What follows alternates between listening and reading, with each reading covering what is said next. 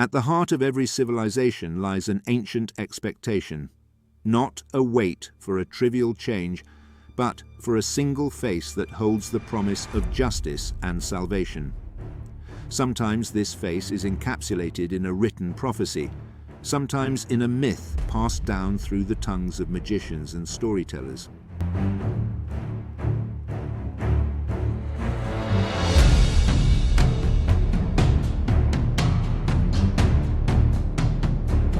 This documentary is not merely a retelling of an ancient legend. Rather, it is a journey into the depths of a human question. Why do humans need a savior? And why does this dream recur in the hearts of peoples so geographically and culturally distant?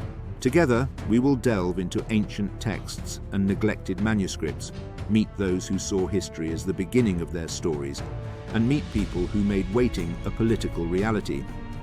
We will explore how spiritual promise was transformed into a tool of influence, and how myth was used in moments of crisis to shape the destinies of peoples.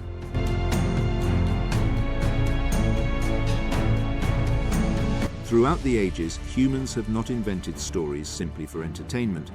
Every myth is a reflection of a collective anxiety, a moral call, or a political vacuum waiting to be filled. When institutions collapse and systems of trust crumble, myth becomes an alternative memory, carrying hopeful images that empower communities to face the unknown. In religious literature, these components are called eschatology, the study of endings. But they express not just panic, but a determination to reorder the world according to a new measure of justice. In ancient texts, we read of recurring symbols, a coming light, a just king, a leader who ends injustice. With every political collapse, epidemic, or war, these images awaken, finding someone to recount them and transform them into a call to action. We will see that the idea of the Savior operates in more than one dimension: spiritual, social, and political. And in each dimension, there are historical motivations that give the image its power.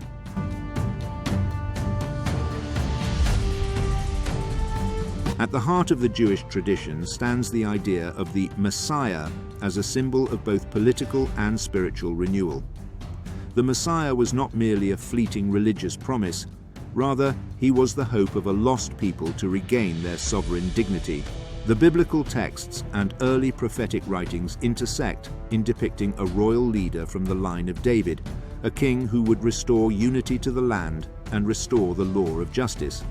However, the people's suffering under occupation and persecution turned this promise into a blueprint for forging a collective, resistant identity. Herein lies an important paradox. What is required of the Messiah is not only spiritual salvation, but a political solution to the issues of land and justice. Therefore, believers have translated their anticipation into historical actions, a hope that rises up to confront injustice, then transforms into a liberation project when the circumstances are right.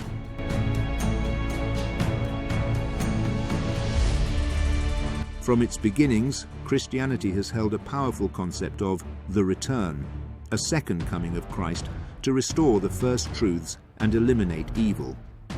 For believers, the second coming is not merely a mystical event, but an intersection of history and divine justice. With the rise of churches and their growing power, this image has sometimes been exploited to soothe souls, and at other times to exert political pressure. When the crisis escalates, both cautious and enthusiastic interpretations proliferate. Some await a savior who will guarantee individual salvation, while others await institutional change that will restore the balance of values.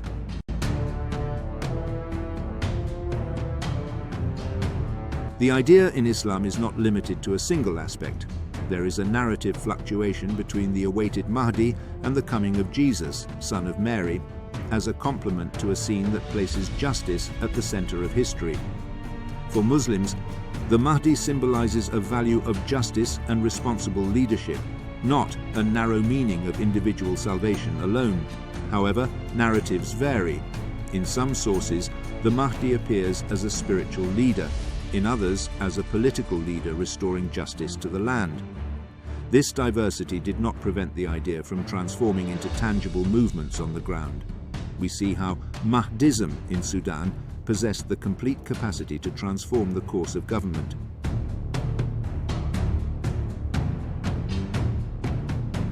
The Middle East is not alone in possessing images of the Saviour.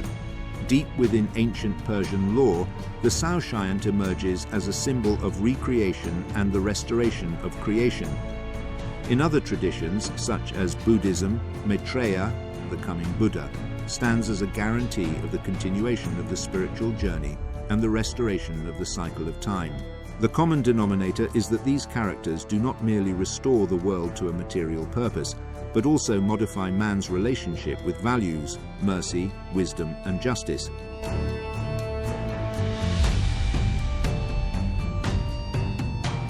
With the rise of modernity and the spread of social media, the image of the Saviour took on a new dimension. Not just a text to be read in a manuscript, but a material subject to trade, profit, and politicization. I want to reveal you some truth for which Allah has sent me. Because the topic was going about Hazrat Isa, and everybody knows that Hazrat Isa alayhi salam is going to come back. I myself want to reveal something, that I myself is Imam Mahdi, and I am giving you the good news of the arrival of the Jesus Christ, be peace upon him. In the 20th and 21st centuries, movements emerged that claimed the existence of messengers or saviors. Some of these movements evolved into powerful political organizations, while others disappeared like bubbles in the media. From these cases, we learn a fundamental lesson. Real power lies not in the person who is declared, but in the social fields that allow him to grow: poverty, division, and distrust of institutions.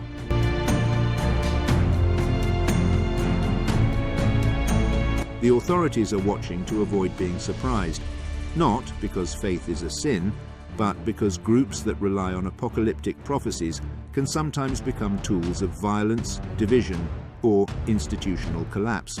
Historically, intelligence services have issued reports to assess risks, from Project Megiddo to local assessments before major events.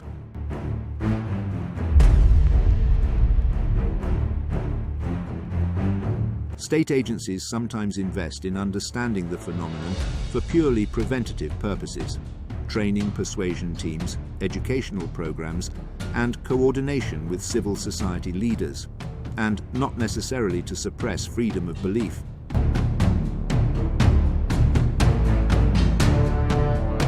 Fear of the sky is ancient.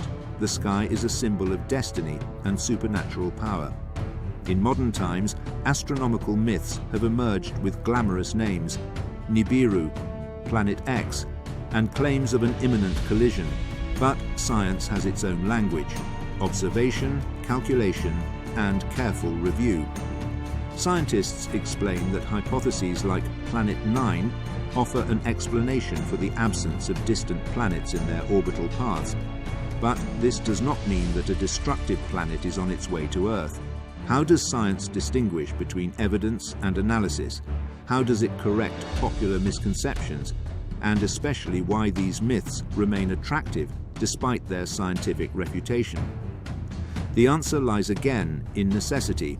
Those seeking a savior often look for an external cause for their distress.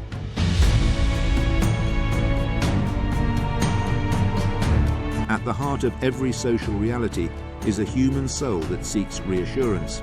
Belonging, hope, and the desire for justice are all psychological drivers that drive groups towards savior stories. Social psychology describes clear mechanisms. In times of collapse, the need for intuitive systems to build trust increases, and collective engagement emerges to share meaning. At some point, belief in a shared savior becomes an experience that binds people to a series of actions: collective action, struggle, or sacrifice. Maybe a man will come, maybe not. But what doesn't come from the sky, we can bring about through schools that cultivate reason, through governments that respect justice, through citizens who take the initiative daily to save others before they seek salvation. Myth awakens us, but it doesn't replace morality. If we want an end to the age of injustice, let this end be through conscious human action, not by waiting for a single face to descend from above. Go now, search our sources, discuss and investigate, because knowledge is the first step toward recognizing who protects us or ourselves